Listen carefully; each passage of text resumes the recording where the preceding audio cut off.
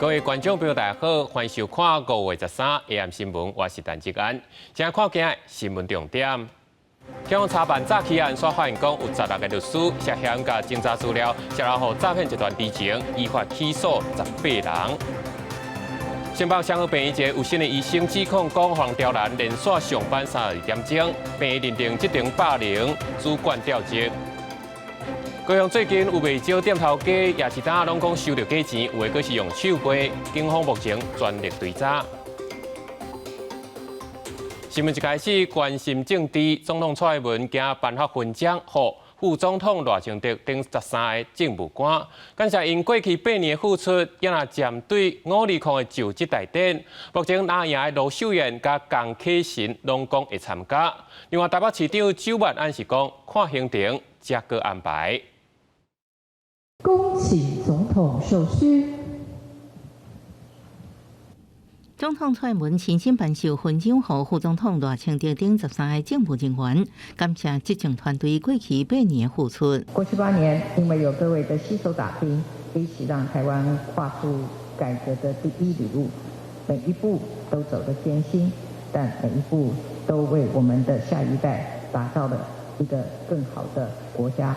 对是毋是参加520准总统赖清德就职典礼，那也目前有台中市长卢秀燕甲立法院副院长江启臣表态参加。新北市长侯友宜是用市政正保险拒绝，原本无要参加的台北市长蒋万安13也解脆，看是毋是应调整市政行程。另外，还有高雄市长陈其迈市议会排总一巡，会请议会协调，市会也做出决议，陈其迈520早起应参加总统就职，下晡爱登去议会避巡。我已经请我的同仁去联系，但是我能够调整市政行程，如果可以，我就会出席520就职典礼。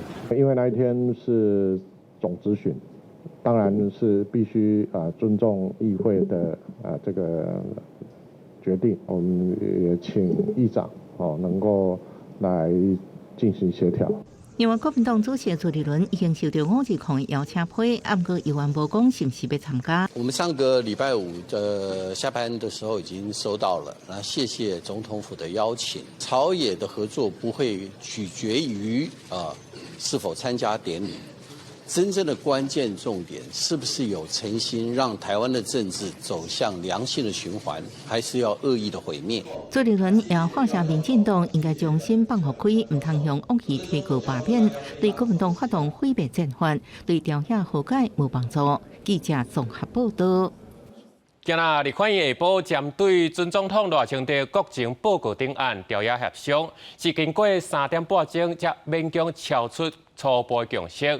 讲总统来报告国情了后，会交予民众党2位、民进党9位、国民党9位代表发言。今到底是要随问随应，也是讲要统一来讲，这拜四才会去讨论。同意不同意？当然，这个很重要。立法院调解协商进入深水区13下晡讨论，邀请准总统赖清德国情报告，搁再引起激烈攻防。因为调解对于什么时阵邀请，形式是综合答复，还是统问统答讨论一直无共识。立委也邀请表达希望符合宪法，和院长韩国瑜起一个化休困。你现在不要再把它勾起来，你勾起来又把问题搞复杂了嘛。讲了半天，他们在讲头问头，然后他讲。车轮战发言最后才达成共识，调解初步同意总统国情报告了后，由民众党2个、民进党甲国民党各9个立委代表，每一个发言6分钟，但是其他的细节爱等拜四才去讨论。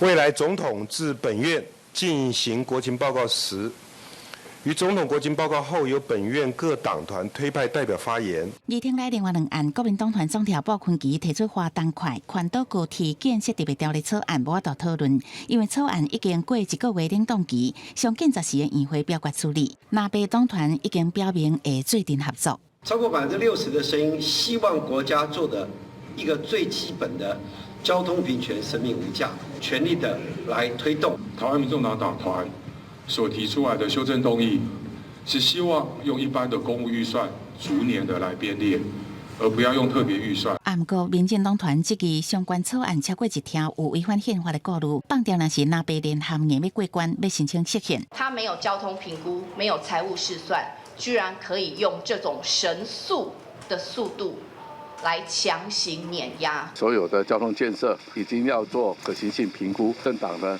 都要了解这个民主宪政的规则。特别下任的院长陈建仁呼吁国会应该遵守民主宪政的原则来推动华东建设。另外，团出立委要促请行政院提复议案，吴思瑶讲，这是行政院的权限，要尊重未来新院长的决定。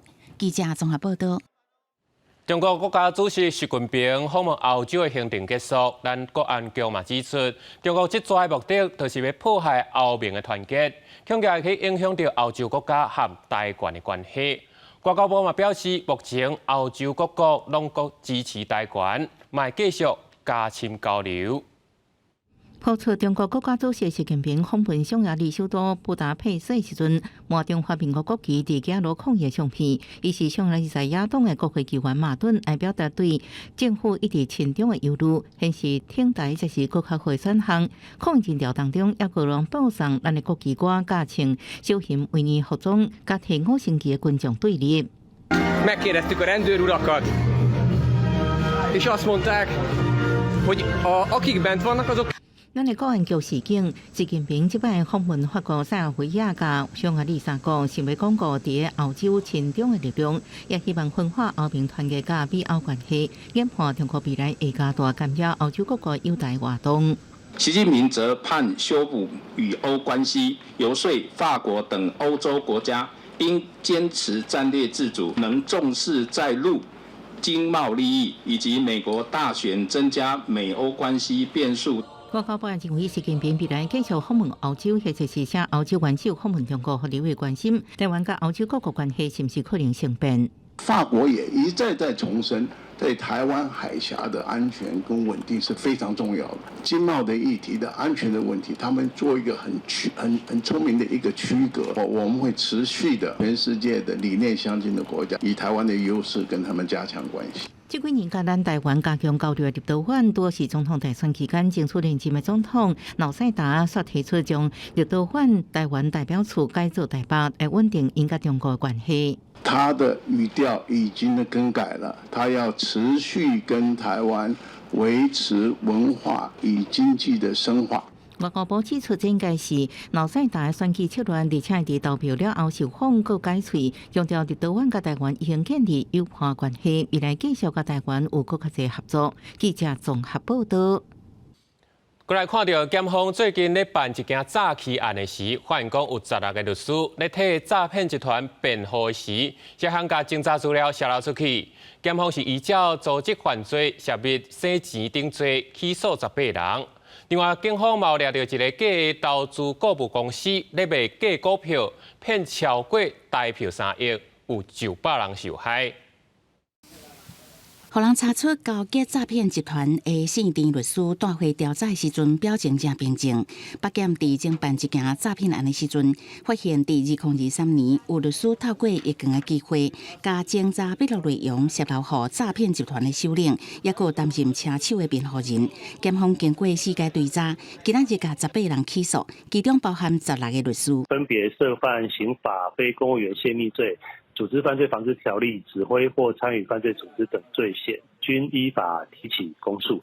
郑姓被告身为职业律师，未能洁身自爱、恪遵法令及职业伦理，明知诈欺集团所为侵害民众财产权利甚巨，能与之勾结。检方建请法院对姓田的律师判重刑，应该执行9年以上的刑责。其他涉案的律师嘛，予人起诉。另外，就违反律师法、律师伦理规范的部分嘛，依附定改。另外，刑事局原来查到一个诈欺集团，主嫌姓王甲姓卢的查甫人，涉嫌假投顾公司伫卖生物科技类这个公司的未上市股票。假做要上市甲行规，警方抓到12个人，不法金流有3亿。那加以虚伪的业绩，还有隐瞒公司财务亏损的状况，诱使被害民众认购，并使用人头账户供被害民众汇款。警方表示，这个集团为2020年底开始，就以卖未上市股票的名义，掌握特定人士的资料推销，假讲得要上市也是行规。被害人交付现金也是汇款了后，就断绝联络。估计有100人受害，提醒民众爱提高警觉，唔通相信不明的资讯来源。记者综合报道。再来看新北的双和病院，一个有新的医生出面指控，讲去互主管刁难，排连续上班32点钟，害老体。今晚病院调查结果认定，确实有这场霸凌的行为，已经把这个主管调职。病院传出这场霸凌，这双和病院也向医学部主治医师、外医师13出面指控，今年年初有薪期间，互主管违反互的值夜班，也就是暗时10点到加工透早，佮上规工的值时班至少连续工作32点钟，佮强调暴露伫有利辐射环境工作，互身心承受真大压力。已经7礼拜提职，也安尼停止心跳佮流产，最后走投无路，才向病院提出申诉。他说要我遇到 case 的时候再临时去找其他人帮忙就好，但如果到时候其他医师刚好都在忙的话，我如果找不到其他人来帮忙，难道要我放着病人不管吗？外医师表示，这主管已经不是第一摆安尼对待有新的女医师，甲即马无对伊甲其他受害者回失礼，所以进前伊向病院提出这场霸凌甲性别歧视申诉函，院方伫压力之下将这主管调离现职。佮经过这场霸凌申诉调查委员会调查结果，认定这场霸凌行为成立。目前来讲的话，这个案子已经进入了尾声，那我们也已经公告了，我们让这个案子呢认为是成立的。新北市卫生局强调，已经请院方说明，若违反规定，会依请劳工局或者是社会局开发。双和病院是指出，双方对调查结果若异议，应伫20天内告提申诉，啊若无就会直接公告处罚结果。也宣导当前，这场霸凌应用阮的正确观念，避免同款代志搁发生。记者综合报道。台南永康大桥派出所一个警察，昨要去抓一个失踪的越南移工，所以有民众翕到讲，人都已经抓到啊，这警察阁一直咧甲站。警方表示会阁调查详细，追究责任。伫咧12个暗顿的永康分局警察骑顺道车咧对一个查甫人，对到永康后花山街迄搭，查甫人走来走去，就那像咧甲警方密相吹。后来警方甲伊包围，总算抓到人。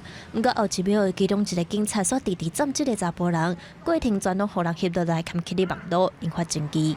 当然是没有那么的好啦。系啊，伊就一直甲叫安尼伫遐一直哭啊，好，我惊我即个门啊哭，我惊伊走，我去楼毋知是外楼的。我感觉都已经抓着啊，伊个人啊散散啊尔，甲站，因为伊是空手，伊也毋是系啊，而且搁外楼。永康分局表示，两个警察在巡逻的时阵，发现一台车的车顶无开，要甲拦查，想袂到驾驶煞随油驶走，连续撞3个红灯，甚至拢为边仔人家厝了后，搁落车逃走。经过警方搜查，才伫永康后花山街抓到一个查甫人，发现伊是越南籍的失人移工。针对追查过程，警方若像行为无妥当，永康分局已经展开行政调查。那本分局已经展开行政调查。那警察如果属实的话，会严正追究他们的责任。警方抓到失人移工，伊则违反入出国甲移民法，送去移民署台南市专勤队办理。若执勤过程有疏失，台南警方强调会严格追究相关人员责任，继续加强警察教育训练。记者综合报道。同款是在地消息，高雄最近有袂少店头鸡甲夜市摊，拢讲收到鸡钱，这鸡钱佫做甲真粗，有的数字佫是用手写的。目前所在包括林仔寮、高山、凤山等所在，拢已经有业者收到。警方已经锁定特定对象，全力追查。摕100块向光的所在就正凭这张100块出现换汇图甲100的数字，倒边这张完全拢无。搁看安全线，明显是写起的数字，这张假钱在即手法拢真粗。嫌犯刷趁点头无用的时阵用，但到休困点头才发现原来是假钱。500块的假钞，因为免得太大，所以大家都比较警惕性比较高。你现在普遍店家一收到100块的都不会特别看啊。最近高雄凤山、林仔寮、高山等地拢出现100块假钱，饮料店、夜市啊，有传统的市场打翻拢是受害者。店头怀疑嫌犯就是看准100块确实，毋是大家拢会注意。我把迄拢较晚年迄站啊，晚年。特别过年前迄站较有啦，公司拢这啦。本分局已锁定犯嫌，积极侦办中。警方表示，已经锁定特定对象，高雄银行提醒民众个店头，另外紧紧分别真假钱。数字的这3个地方，它是稍微有凸起的，好，跟的钞票是有一点点的高度，你用手可以触摸得出来。再来就是在空白的区域，你向光可以看一下，这里会有透出来是一个梅花的一个印记。若是真钱，向光的所在，应发现倒边空白所在有多甲并加数字，阿拉伯数字也因为角度无共变色，摸起来价钱较光滑，油墨较光。真钱是色水较沉粉，为一个面价数字部分摸起来要扑出来感觉。因透过这方式知影，应参考中央银行官方网站，也有详细介绍。记者综合报道。同款是伫咧高雄的中正四路一间加油站内底，电动机车电池站透早着火，加在是无人使用，嘛无造成伤亡。不过嘛，真侪民众嘛惊讲，像这种电池站，一般拢设伫咧加油站的内底，有安全的顾虑。业者是表示，电池站拢有自动警报系统，若发生意外，会当随时应变。加油站边的高高路电池加油站明显看到火冲出来。高雄中正四路一个加油站内的换电站，13早起10点外熊熊着火烧起来，消防局无赶到现场拍火，好在再无波及加油站甲边的建物。第一批次到场现场的人员都发现，他在 GoGo 的那个充电站那边是电池是有些许的烟我们立即就拿灭火器扑灭，然后同时也布水线做水线周界的防护。加油站伫火灾后捌封起来，到下晡差不多2点，搁再营业。GoGo 公司嘛，赶紧派人到现场维修。不过换电站着火，搁设伫加油站内，也互民众烦恼周围环境安全。应该要定期来检查，不然火灾加油站在这里很危险。因为全台湾未少中油加油站站内装设换电站，中油是讲依照用户用电设备装置规则的规定，换电站爱离加油机6公尺远，油槽是3公尺以上。中油同意设置的时阵，拢有人较快。都会把它列入应变演习的一个计划。换电这个设备旁边我们都会摆放一些灭火器，紧急的应变的一个方式我们也都会张贴在设备的附近。每一天我们的加油站都会去做一个检点，换电的营运商他们也会做一些定期的安全的一个检查。中油讲为安全措施到紧急事故应变，拢有相关的标准流程。GoGo完有回应，换电站有24小时的系统自动侦测加即时通报系统，若是发生事故，会伫第一时间启动自我保护机制，阻断电力，并通报相关单位，确保周边安全。记者综合报道。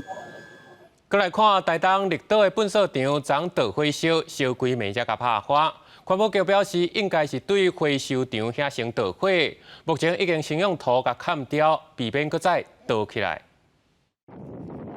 在尾仔嘛，绿岛乡粪扫堆场突然着火烧起来，因为着火点伫资源回收堆场，火势真歹控制，到暗时因为风大，烧起来面积扩大。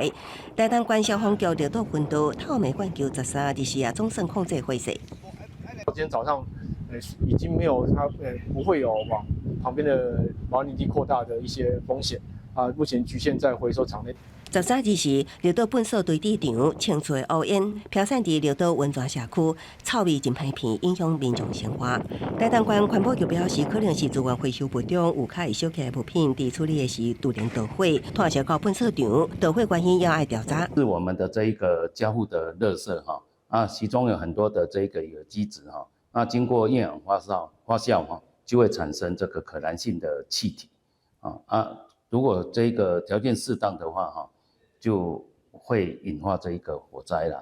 台东县消防局估算，即摆绿岛粪扫场烧的面积有0.2公顷，也毋过最近几年绿岛的粪扫场差不多逐年拢会发生火警。环保局强调，台东县离岛粪扫成分目前拢恢复正常。即摆的火警毋是粪扫，而是资源回收物，呼吁民众爱确实做资源回收分类，将会当烧的会甲袂当烧的物品分别回收，避免佫发生火警。记者综合报道。国际上要紧来看，罗西亚总统普京正式开始伊的第5任，随着宣布讲国防人事的大调动，国务部长要换做经济背景的贝洛索夫来做，也已经做部长超过11年的绍伊古，是要转做联邦安全会议的书记长。这项人事决定嘛引起各界议论。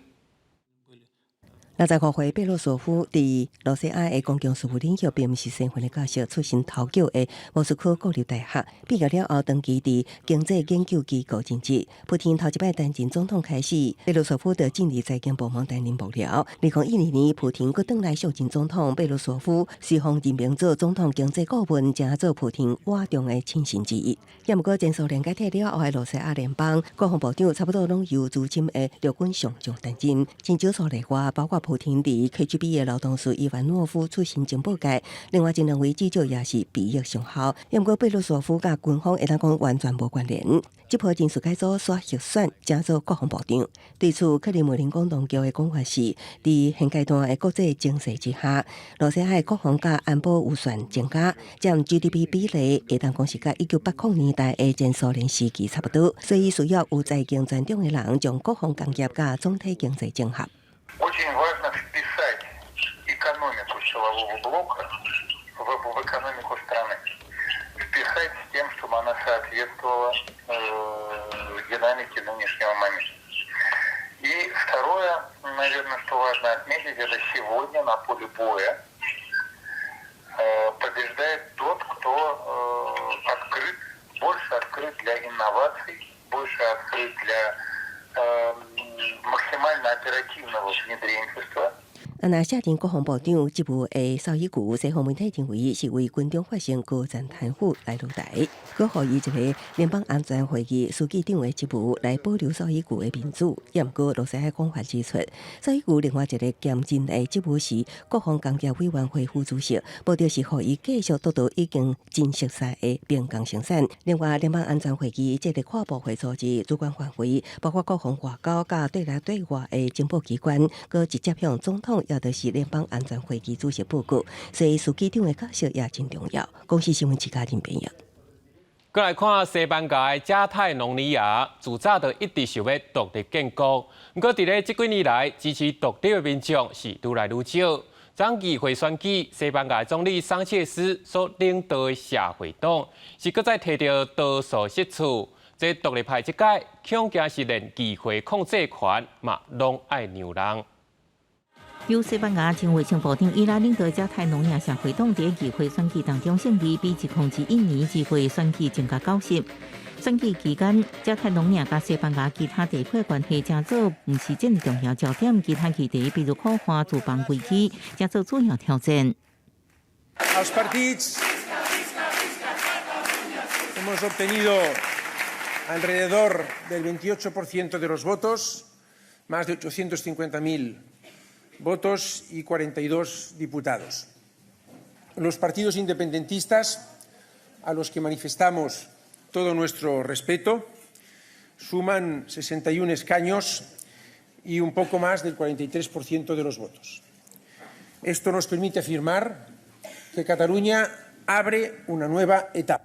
这前需要多数过半的68席，这是代表加泰隆尼亚社会党虽然得到上侪选票，不过议员需要革命前过半执政。不过这对西班牙总理桑切斯来讲，因为独派手头夺回加泰隆尼亚，因讲是一大胜利。反倒来对伫法国南部举行竞选活动，前自治区政府主席普伊格蒙特是一大失败，伊所属的专业为加泰隆尼亚党摕到35席，是第二。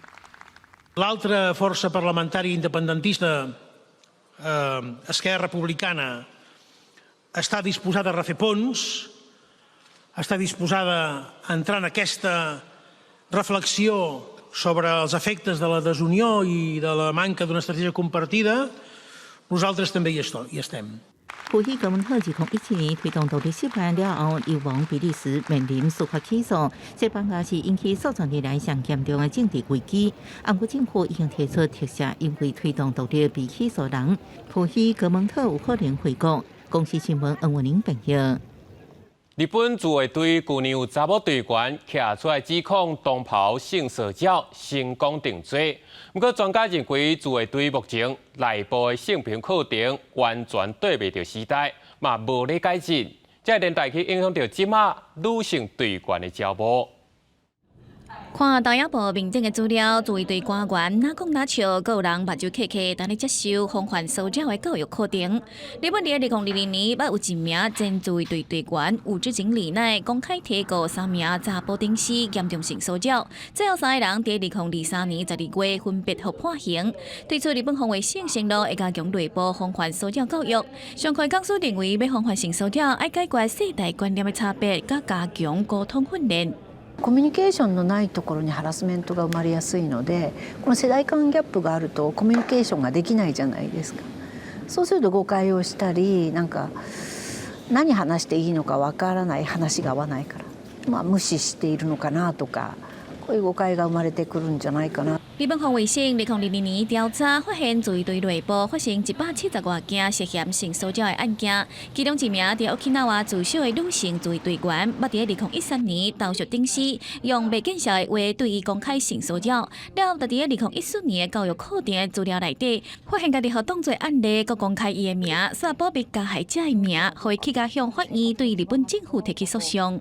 ここまで常識の外れた集団なのかなとも思いました。みんな我慢してきたんだ。私たちの時代もそうだった。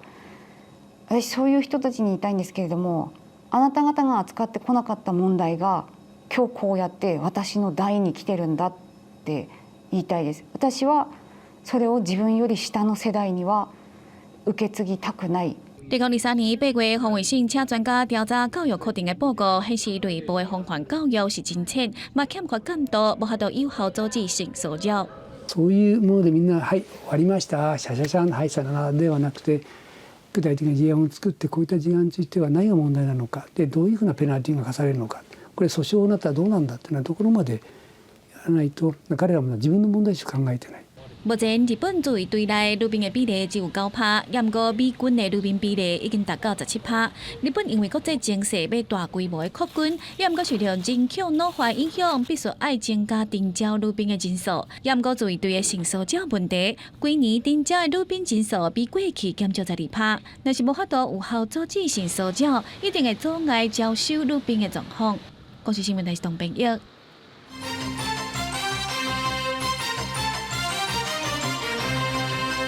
转来看国内，讲到咱花莲地震了后，这布开大饭店规栋起起，这个月初已经拆掉。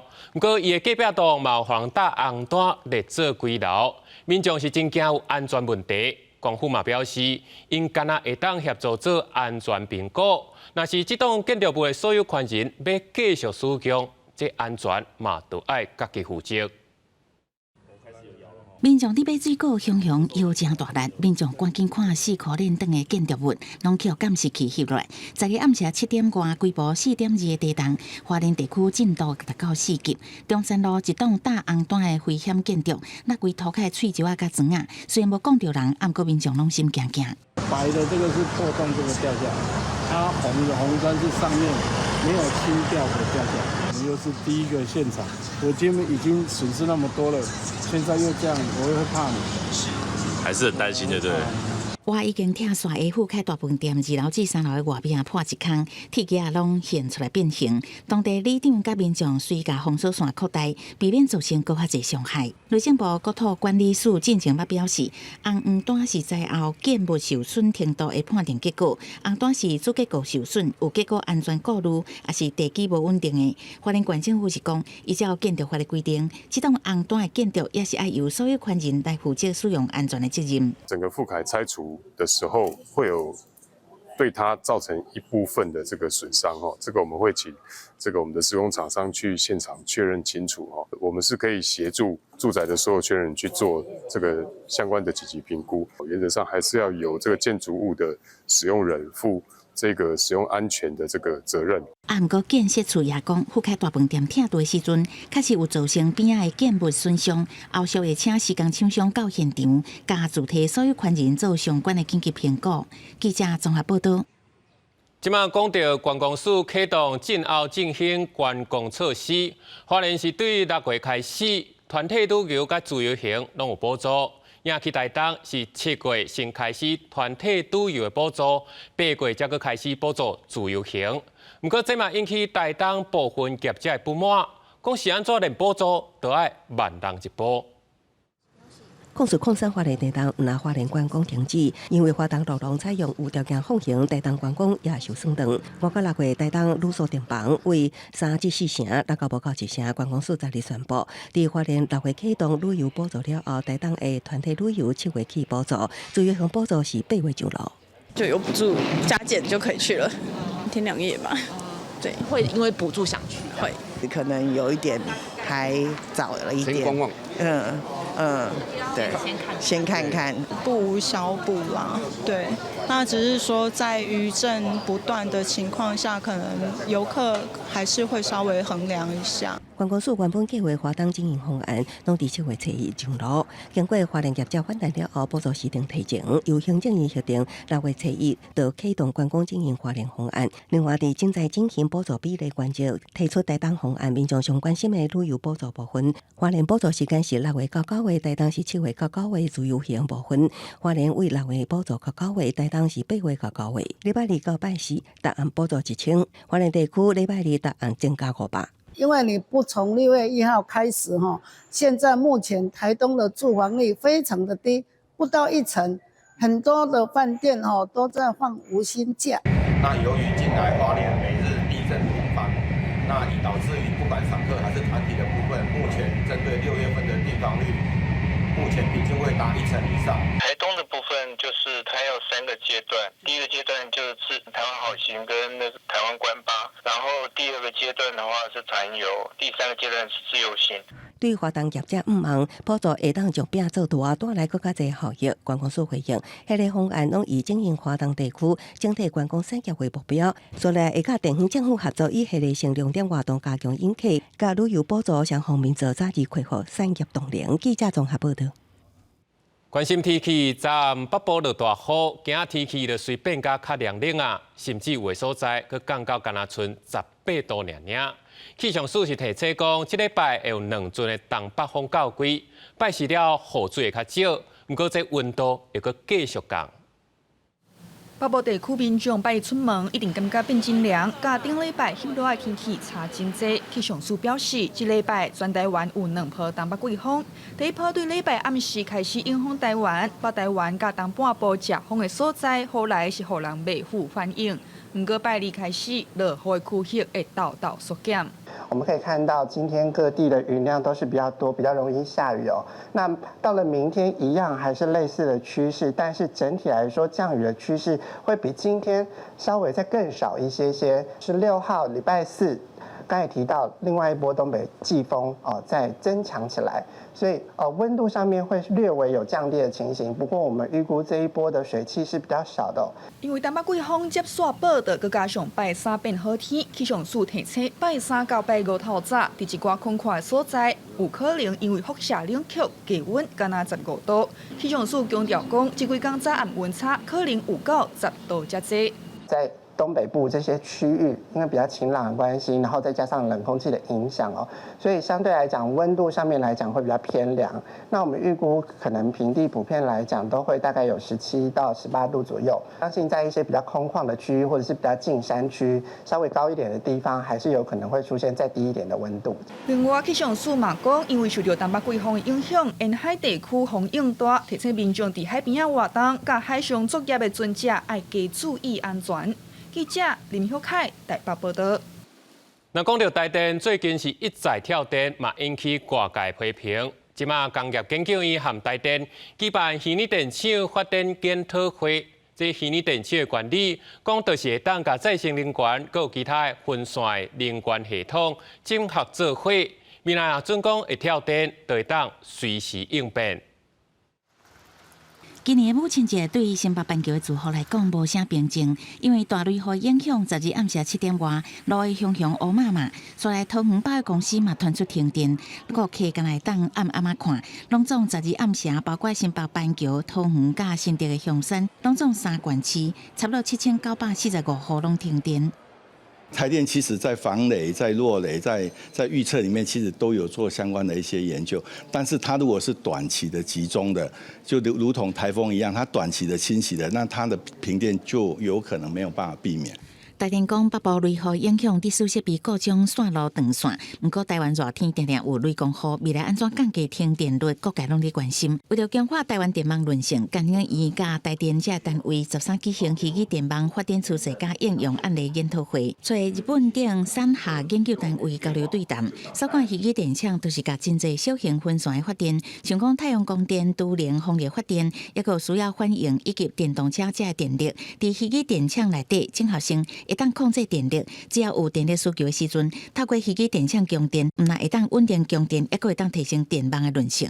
这些小型的电力资源可以经由 ICT 的控制的技术，在同一个时间往上或往下的调整，对于电力的稳定度、效益可以大大的提升。如果现在在全台湾各个地方，每个人家家户户都有这些再生能源的话，其实它在管理就非常需要虚拟电厂、智慧电网。所以唯有这样的帮助，让大家不会再担心这个电力系统不稳定跟不可靠。江建英表示，要让虚拟电厂会当生存，对电力供应有贡献，爱挖靠政策推送，加速虚拟电厂产业化，才有法度强化台湾电网的韧性。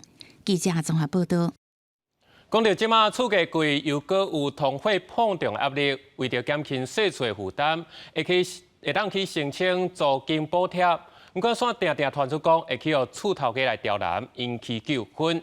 今仔内政部嘛，搁再推动社厝的法律辅助规定，免费服务，希望会当改善即卖社厝市场。租厝拄到歹厝头家超收电费乱扣押金，这款纠纷直接发生。内政部统计，平均一年当有2400件租厝的纠纷，有进入调解诉讼的无到4成。真侪民众是因为惊麻烦、惊开钱，只好偏啊蒙来当做家己衰。例如说是说这个东西是要我们自己修的，还是房东要修的，类似是这一类的这样子。我们的调查里面是大概有30%的租屋族曾经遇过纠纷，那他们80%以上的人都是自己上网找办法，或者是问亲友该怎么办。那有85%的租屋族最后都是用退让来解决哦。民团指出，台湾租厝族群上侪是学生或者是少年人，经济能力真有限，因此去年就开始倡议要求政府提供免费的法律辅助服务。内政部表示，今年8月份开始会提供免费的租厝法律服务。考量出纠纷的诉讼对于弱势的房客而言，那经常会因为难以负担诉讼成本而却步，所以内政部目前已经跟法律辅助基金会洽谈合作，那预计规划在今年的8月的话会开办租屋宅租赁的免费法律咨询，这个对象的话是包含到所有的租屋族。我觉得政策很好，但是在美国就已经有了，所以我觉得比较落后。至少你会觉得有这个服务，然后学生会觉得很安心。除此之外，民团嘛呼吁，刷来政府应该针对租厝市场来改革，建立透明化的空厝资讯等，专门来保障租厝族的权益。记者王可选社几台北报道。教育部长潘文忠今仔是最后一届去到立法院专案报告。那针对桃园某一间高中学校霸凌的问题，这潘文忠是表示，虽然校园辅导法已经有修订，不过针对校园霸凌甲自伤的案件，抑阁真需要赶紧来改善。即马伊要落任啊，嘛是伊任内上大遗憾。查某学生互同学太多啊耳啊，甚至佫加头毛。桃园某高中近日传出霸凌事件，结果互议员压制。涉嫌霸凌的女同学也佫反过来提告，类似的校安事件社团引起立委关注。就您看完了以后，觉得这算不算霸凌？如果从影像所看到的，当然是霸凌。校园霸凌防治准则下去以后，各校根本现在一知半解啊。我们可能更可以用这个机会去了解，那学校在执行作业程序啊，有什么地方是被误解？任内觉得很遗憾没有办法完成，但是你会愿意放在交接清单的前3名。校安、霸凌等等，学生辅导法虽然教育部已经做相关草案的整理哈，但是在大家意见的整合这方面看起来还需要再做努力。任期超过7年的教育部长潘文忠，任内最后一摆到立法院做专案报告，讲到还未完成的代志都有校园霸凌。虽然校园辅导法已经修改，也毋过也是爱搁较拍拼。也有最近几年推动国际性新型专班，由企业甲国发基金补助，要求国际性毕业爱留台2年。也毋过有立委烦恼，乌港争议会搁发生。我们现在又在看到是说有这样的一个生活津贴，每个月1万，但是它要有2年，有什么样新的方式来确实督导，不要让过去的黑工乱象。你既然要招这样的学生，你一定要亲身的去做相关的招生的作业，绝对不准从假这个中介入学，一定要给当事的学生。因为产业人才需求所开设的新型专班，以 STEM 金融甲半导体相关领域优先113学年，拢总核定35校123班2301人，197间合作企业。记者综合报道。咱台湾就要进入超高龄的社会，不过根据统计，咱台湾中高龄继续上班的比例是无到4成，和美国、日本、韩国的6成，新加坡的这成比起来，拢差人真多。也若针对咱的中高龄者高龄就业促进法，有立规就建议讲，应该互企业减税，鼓励聘用。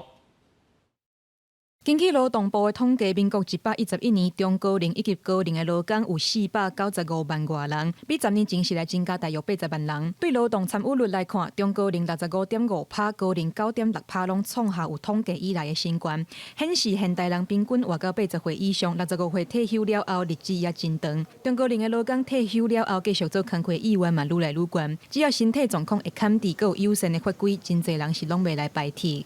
退休太无聊了，找些事情做，对心情也很好啊。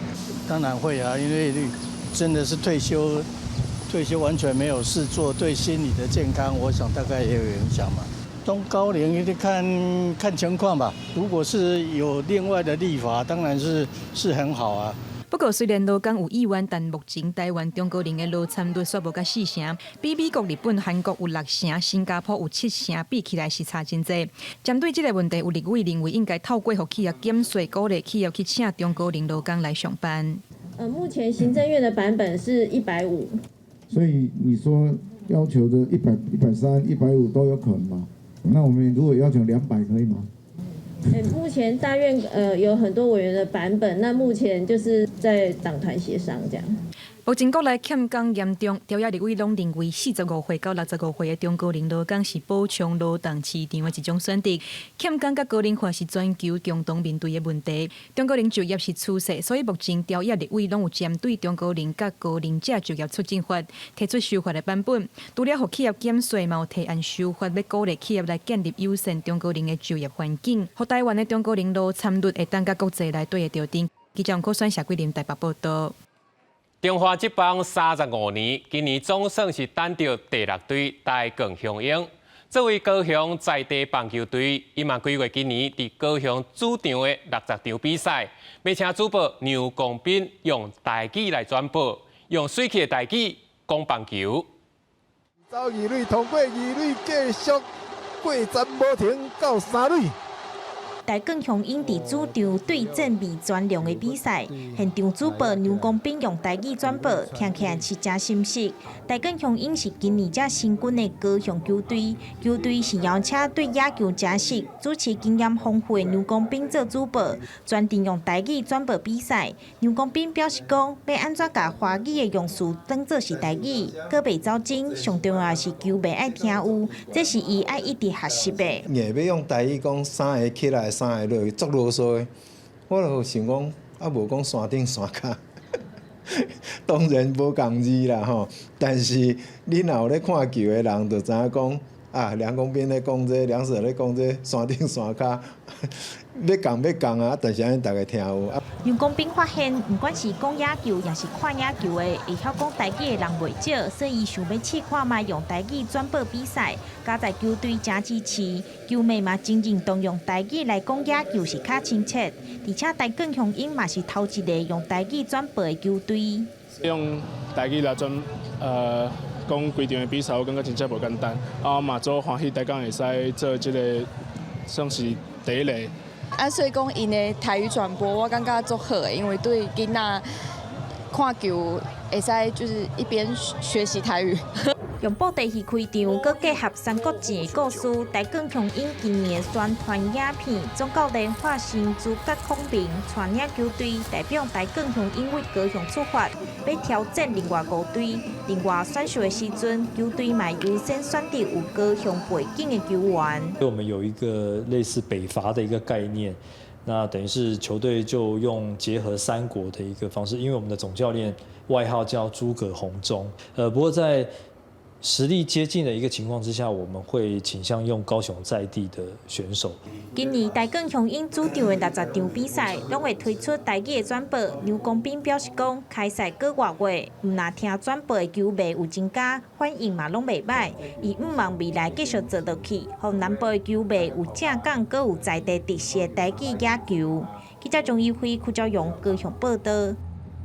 台南市文化局拍拼推动台语视讲，是头一届甲成大台文系台语师资班来合作，让学生今日去到社区吟台语诗，甲时代做伙交流，嘛展出这10年以来所编写的台语册，望共同为母语来传承，继续拍拼。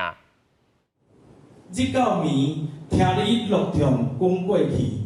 斗嘅感情，你吟诗一句一句讲出爸仔囝之间的点点滴滴。成大台文系师资班学生轮流上台发表，大家听甲真入耳。台语诗对古典诗走向现代诗，即阵侪学生甲作品摕来社区做交流。学生讲以文会友，毋那业绩经验，时代嘛阁参大家做伙探讨，甲歪出去的语音找倒转来，对因未来教学有帮助。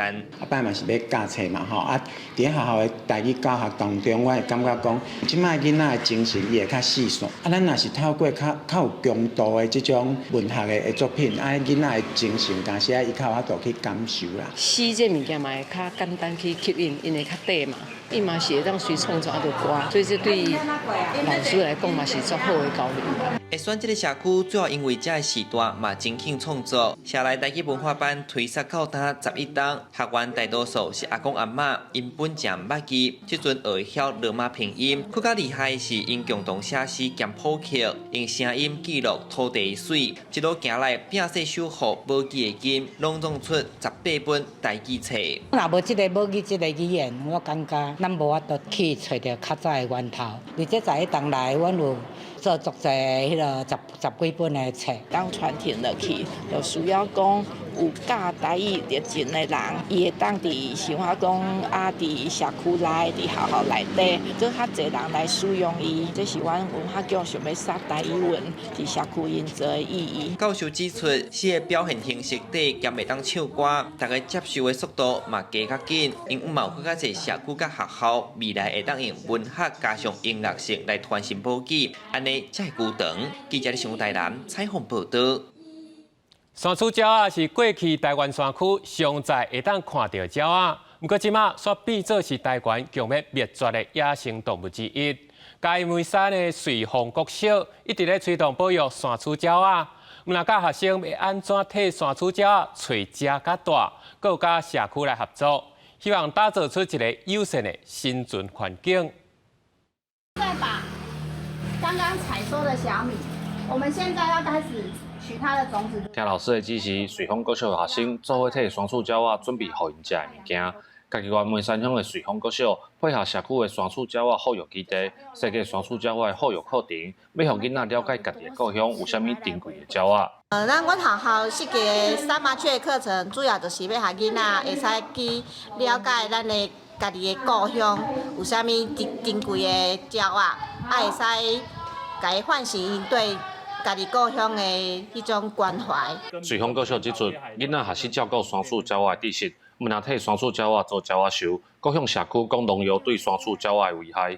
保育基地表示，透过这几档的拍拼，瑞丰的山猪鸟仔已经大大增加。农药里面有一些有毒的成分，会让它身体一些结构混乱，而导致它找不到家、找不到一些食物而死亡。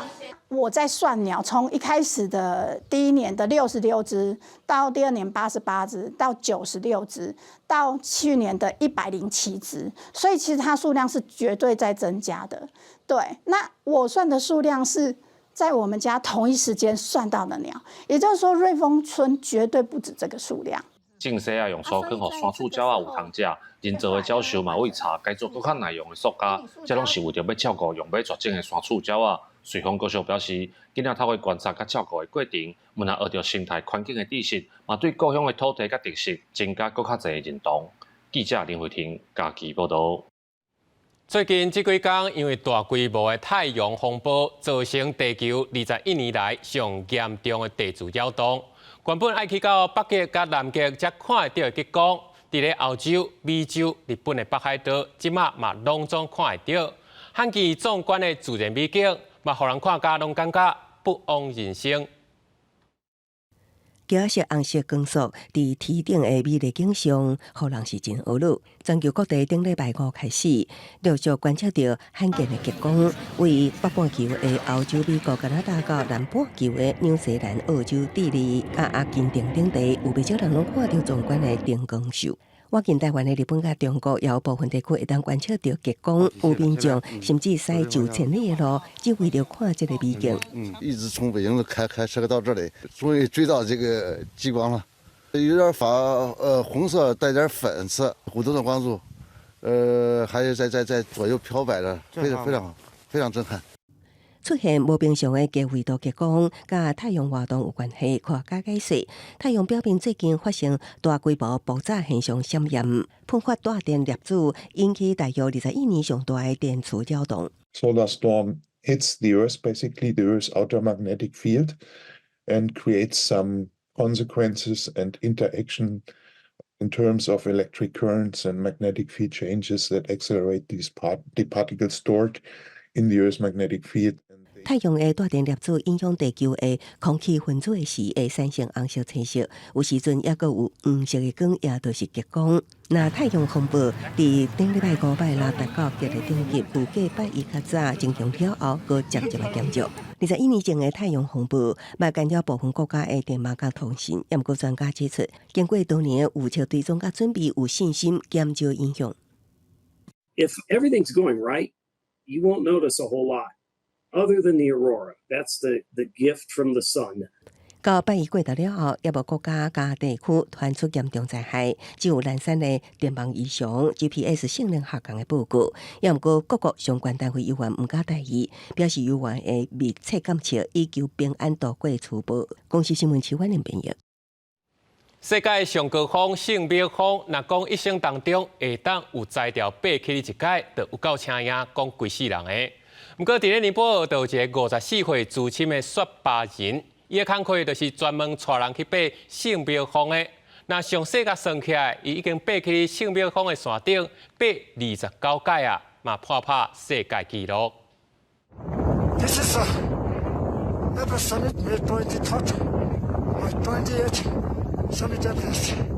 这是尼泊尔雪巴人卡米瑞塔 Instagram 伫2023年5月23上传的影片，毋过就伫杂志瑞塔个刷新个人纪录。迄一天早起7点25分，伊带爬山的人爬到海拔8849公尺的圣宝峰，完成第19摆登顶，超过个人的纪录。伊所属的乡土公司连发2批文章祝福，真侪山友也进入社群媒体祝福瑞塔。有人讲伊是顶顶超人，有人老会俄罗伊是圣母峰先生。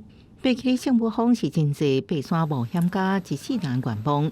54岁瑞塔顶礼拜伫 IG 写，我的工作是其他人的梦想。这回水平是真正全力带爬山的人愿望的感受。伊做爬山向导雪巴人超过20年，因讲是每一年拢爬起圣母峰。伊头一摆爬起山顶是1994年。每一摆爬山进前，雪巴人拢会举行祈福仪式，祈求登顶顺利。除了圣母峰，瑞塔也成功爬起世界第2关山，伫巴基斯坦海拔8000公尺的起土。瑞塔纪录捌互另外一个雪巴人爬山打活足平。瑞塔伫去年2摆爬起上关顶了后，佫摕回上侪登顶次数的补助。伊讲，伊将登顶看作是一项工作，无想过要拼纪录。今年登山季，尼泊尔当局已经发出414张爬山许可证，伊也甲以前共款继续带山友爬起梦想的上关顶。公司新闻张淑芬编译。明仔天气车款来看详细资料。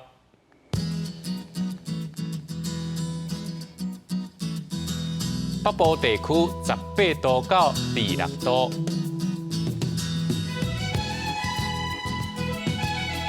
中部地区19度到30度，南部地区21度到31度，东部地区18度到27度。外岛地区17度到26度。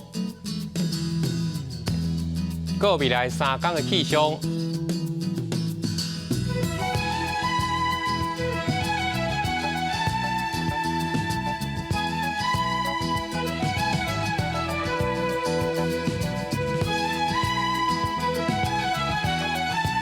感谢你收看今日AM新闻，我是志坚，咱明仔载同一时间再会。